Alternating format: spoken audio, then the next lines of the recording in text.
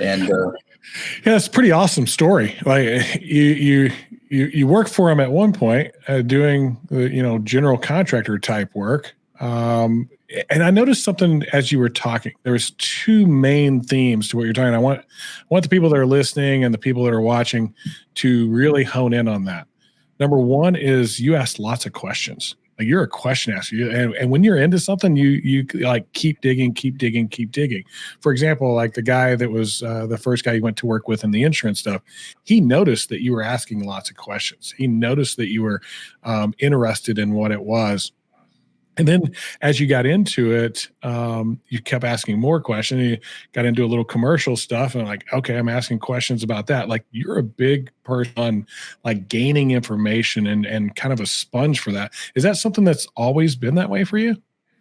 Yeah, I mean, ultimately, if I'm not getting my hands dirty, then I'm not truly going to know about it, right? So when I got into the commercial space, excuse me, I actually did the repairs myself. The very first repair that I got awarded on that very first commercial building, I did the repairs myself. And I did have some guys that were with me that were going to help me do it, but I did the repairs myself because I wanted to understand and know exactly what it was going to take.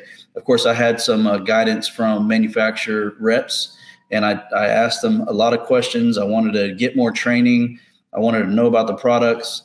And I really jumped in and tried to not only get my hands dirty, but also educate myself, because nobody was going to know more about what I'm trying to put out there and put what I'm trying to sell, basically, more than me, right? Because I can't go in and talk to somebody intelligently and make them feel like,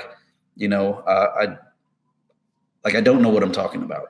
It's a common theme with anybody that I've ever talked to that's successful, that's mastered something that they have a specialty in. They are like sponges for information. They're constantly looking to get better at it.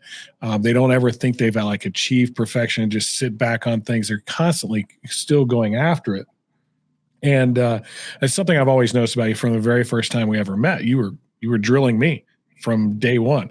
And I don't think we started like day one. Like there was a lot of, we were courting, we were dating a little bit to see if I had any value to you. And you were great at asking those questions. And I just think that's something that the people that pay attention to our show, they should see as like a common theme as we've interviewed so many contractors and technology companies, marketing companies. The ones that are really good, man, they are into what it is that they do. They ask tons of questions. They know it from inside and out. They know it from the application to the sales to the production. They know all facets of it. So whenever they're talking to somebody else, they're fully capable of talking about any part of the situation. Yeah. That's great. The other thing I noticed that whenever you were talking was, I think you said this word about 15 times, relationships. And how important they are, especially in that commercial world. And you actually talked about it in the residential world that you were going out, you were meeting people 5, 6, 7 days a week, and those people were leading to other people for you. You were making great money. And then whenever you got into the commercial part of it, you were after these private investment companies that manage their own properties, which I think is a brilliant tactic, by the way. And the idea that you knew that the relationship was the important part, and you're persistent, like you're super persistent with sticking with it. Like D.R. Horton took 2 years to get that. Where does that come from? Why the relate? Because I've noticed it from the other side, like the people you're involved with. Chris Rochester, your partner, fantastic guy with numbers, knows finance as good as anybody that I've met out there. But he opened over backwards for you. I mean, he's ready to go to war with you, which is unbelievable. You've brought on a new vice president, Jason Laverick, and the same type of thing. This guy sold a company for a tremendous amount of money. We're talking 9-figure numbers, and he wants to come be a vice president of your company.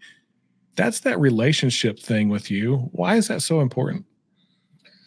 I don't think that you can truly give value to people if you don't have a strong relationship, and I don't think you're going to get valuable business. I mean, the business will come. You have to be a real person. And I think that's what we do best is, we're not trying to just make a buck. we're trying to put food on the table, and I'm responsible for about literally actual employees, about 40 employees. And I have to make the right decisions. And, if I'm not a real, true, honest, sincere person, I wouldn't be doing those people any justice. And one of my mottos is, and I tell everybody in the company, is that if you don't see opportunity here, then you need to move somewhere where you do feel that you have opportunity. So it's just ingrained in me for some reason that I recognize that a relationship is going to be one of the strongest benefits, or one of the strongest attributes, or one of the strongest things that I need to do to ensure that we continue to grow the business with those clients. And I was going to say, and now, some of my clients, I just don't have a good relationship with them. They're like family, and nobody touches their roofs. I have one, my longest, that very first roof that I got on commercial. Well, it wasn't my first roof, but the very first commercial private investment company that I did work for, that I was doing repairs for on my own. And now, I've been doing business for them for about 11, 12 years, and they don't allow anybody to touch anything having to do that revolves around roofing. But we're like family now. It's not, just, we're the roofer. No, that's Martin. That's, we're like family. They support my family. They support my company's family, and vice versa. We take care of them, and they know that they can rely on me because we have that type of a relationship, and it's really important. So I have a question about this relationship, because there's a few different schools of thought on it. Do you believe in having just a whole bunch of relationships, knowing everybody under the sun, or do you believe in like just some key relationships that really bring value? Yeah, just like I said earlier, I mean, you can go and bid all the work in the world, right? What we've done is we've aligned ourselves with people that we know that do good business, and work really, really hard to build those relationships with those. I'm not trying to bid for everybody. I don't want to do work for every last builder. I don't want to do work for every last GC, and I don't want to do work for every residential or commercial client, because not all business is good business. And we've learned that the hard way as well. So we try to, turn away business sometimes if it just doesn't make sense, and they're not people that want that relationship. I had somebody tell me, it's from a company that we're trying to do business with, because in the grand scheme of things, they're a really, really, really good company. I know a lot about them, and they do a lot of work in Texas. And I was having a conversation with a construction vice president. And he's like, well, look, man, I was telling him, I was like, look, my goal is to build a relationship with you. I mean, I need to be the one that you can depend on at all times. Like, look, I'm not really so big on the relationships, because I just need somebody who's going to come in and do the job. And I was like, well, that's exactly what I'm talking about. That is a relationship. You need somebody that you can depend on. And I recognize that, and I know how to do that best. So there's nobody better for you and your project. And this is a multi-million-dollar project. There's nobody a better fit for your project than me, because I'm going to care about it, because I truly value your business and I truly value the relationship. I'm not just trying to give you the lowest bid. If I can get, to a place that works for the both of us, then that's where I need to be. But I probably won't be your lowest bid. And hopefully you can value that. And when you can see through our relationship that you can trust and count on me, then that little bit of that might not be the lowest bid, that little bit of a difference there, it's going to be valuable to you, because at the end of the day, it might cost you more using the other guy. So how'd that go over?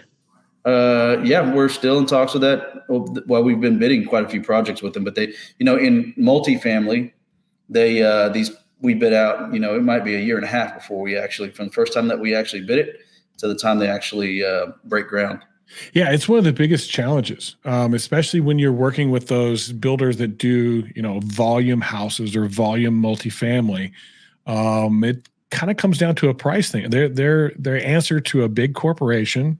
The bottom line is important, and you hear it all the time. Like, there's so many contractors that don't go after it because it just becomes a price war. It's like, who can get the cheapest, who they're going to get. And what you're telling me is, well, if you're persistent enough to build that relationship, they might create a little bit of value there that might actually make it worth it. Yeah. And we've honed in on, where that threshold is at, right? We understand that we have to be super competitive, but still be able to offer the service and still be able to be compensated to be able to offer the level of service that we provide. And, I can, smooge up with the best of them, and I can talk to the best of them and the highest. And, the majority of the time I'm able to get that opportunity. And once they see what we do, they're okay with, even if there is a little bit of a difference. So just so everybody understands how important this type of thing is, so the building of relationships, what kind of revenue did you guys do last year? Last year, I think we're somewhere around 10 or 11 million. Oh, that's not bad. An 8-figure company. You welcome to the 1%. Only 1% of contractors achieve an 8-figure company. So something to be proud of.